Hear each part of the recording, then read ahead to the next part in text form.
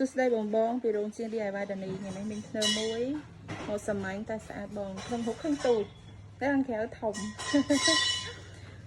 ធ្នើប្រភេទនេះយើងអាចដាក់តាំងអីវ៉ាន់ផ្សេងនៅបន្ទប់ភ្ញៀវបន្ទប់គេងក៏ដូចជាដាក់សម្ភារៈនៅផ្ទះបាយបានដែរព្រោះអីវាមមធន់ណាបងខ្ញុំថតចិត្តជំនុំមើលជាងធ្វើជាមួយនឹងក្តារកស៊ូ8លីហើយលងសាល្អជាមួយនឹងដៃបងស្អាតស្ងួតបងឲ្យពួកខ្ញុំធ្វើដៃពាក់កណ្ដាលសម្រាប់លេងម៉ាស៊ីនខ្លះអញ្ចឹងទៅអត់បានគ្រឿងលឺអង្ចាក់អី